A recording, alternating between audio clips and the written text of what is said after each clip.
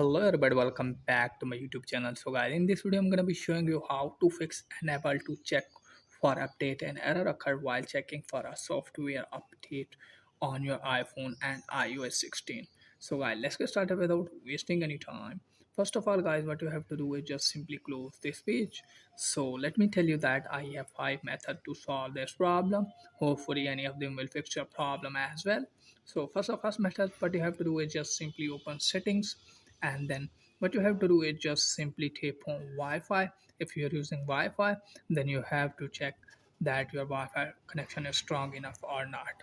So what you have to do is just simply turn it off again and turn it on again, and then close this page. And if you are using mobile data, then tap on mobile data, and you have to turn the toggle off for this for the 2 or 3 seconds, then turn it on again, and then close this page and check whether the problem has been fixed or not.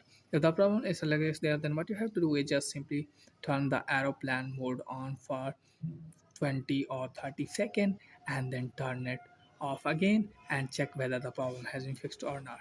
If the problem is still there, then what you have to do is just simply open settings again, and then let me tell you that you have to scroll it on from here, then tap on general, and from here you have to tap on date and time, and both of these toggle it's on. So you have to on both of these to go on and check whether the problem has been fixed or not.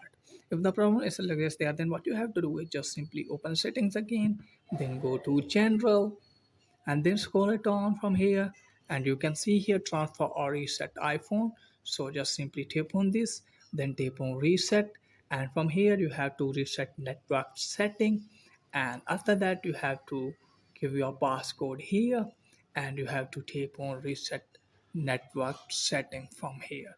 So just simply tap on this, and after that your network setting will be reset, and after that check whether the problem has been fixed or not.